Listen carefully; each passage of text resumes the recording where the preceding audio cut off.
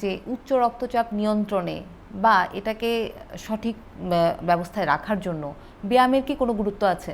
অবশ্যই আছে। সেটা আমি শুরুতে প্রশ্নের উত্তরে বলেছিলাম যে আজকাল যে সিডেন্টারি লাইফস্টাইল বা বসে বসে কাজ করা, সারাদিন বসে বসে টিভি দেখা, অফিস করা, এইগুলো করতে করতে কিন্তু আমাদের ওজন বেড়ে যায়, কোলেস্টেরল কন্ট্রোল করতে সমস্যা হয়। এটা নিজেই একটা উচ্চ রক্তচাপের জন্য দায়ী। তাদের হার্ট অ্যাটাকের ঝুঁকি বেড়ে যায়, এটা অলরেডি প্রমাণিত। এবং যাদের শরীরের অ্যাক্টিভিটিস কম, তাদের আয়ুও কিন্তু কম। এগুলো কিন্তু অলরেডি বহু বড় বড় পরীক্ষায় প্রমাণিত হয়ে গেছে।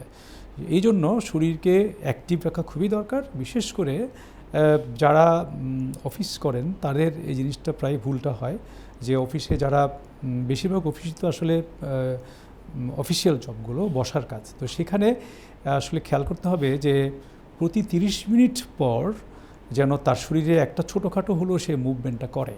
হয়তো পাটাকে একটু শক্ত করলো, আবার ছেড়ে দিল, অথবা একটু দাঁড়িয়ে গেল, একটু দাঁড়িয়ে পা এবং হাতগুলোকে একটু হালকা ম্যাসেজ করে দিল, আবার বসে গেল। এটা হচ্ছে ন্যূনতম পক্ষে। আর প্রতি 2 ঘন্টা পর যদি টানা কাজ করতে হয়, 2 ঘন্টা পর তাকে অবশ্যই ব্রেক নিতে হবে। ব্রেক নিয়ে হেঁটে আসতে হবে, শুধু ওই জায়গায় রুম থেকে বের হয়ে তাকে একটা ওয়াক করে আসতে হবে। এবং আরও সবচেয়ে ভালো হয়, অফিসগুলোতে আমি বলি, যে আমাদের নিজের কর্মক্ষেত্রেও বলি আমরা, যে কোনো একটা ওয়ার্কআউটের সিস্টেম থাকবে, যাতে কর্মচারীরা একটা নির্দিষ্ট সময় পরপর গিয়ে একটা ট্রেডমিল হোক, একটা খোলা জায়গা হোক, যেখানে হেঁটে আসতে পারে। আর ব্যায়াম করা যেটা বললেন, সেটা তো অবশ্যই অফিসে হবে না, সেটা পরবর্তী যে সময়টা, যার প্রতিদিন আমরা যে হাঁটার কথা আমরা যেটা বলি, সেটাও অবশ্যই মেনটেন করতে হবে।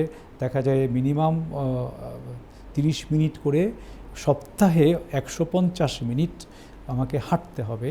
একটানা হাঁটা মানে 30 মিনিট একটানা হাঁটা, গল্প করে হাঁটা না।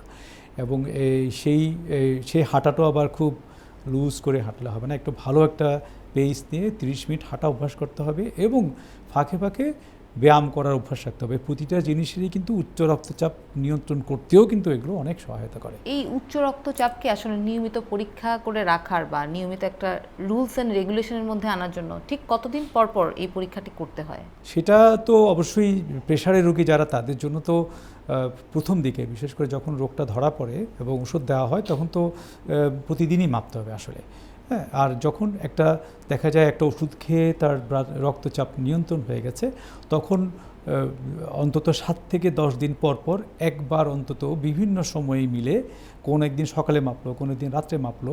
এবং আরও ভালো হয় যদি ওষুধ খাওয়ার আগে এবং ওষুধ খাওয়ার পরে এইভাবে একটু মাথায় রেখে যদি প্রেশারটা মাপা হয়, তাহলে খুব ভালো হবে। তবে যাদের প্রেশার নেই তারাও কিন্তু উচিত, বিশেষ করে একটা বয়স যখন হয়ে যায় এবং যাদের ফ্যামিলি হিস্ট্রি বললাম আছে, বা অন্যান্য অনেক রোগ আছে, ডায়াবেটিস আছে, কিডনির সমস্যা আছে, তাদের তো অবশ্যই আরও ঘন ঘন রক্তচাপটা মাপতে হয়।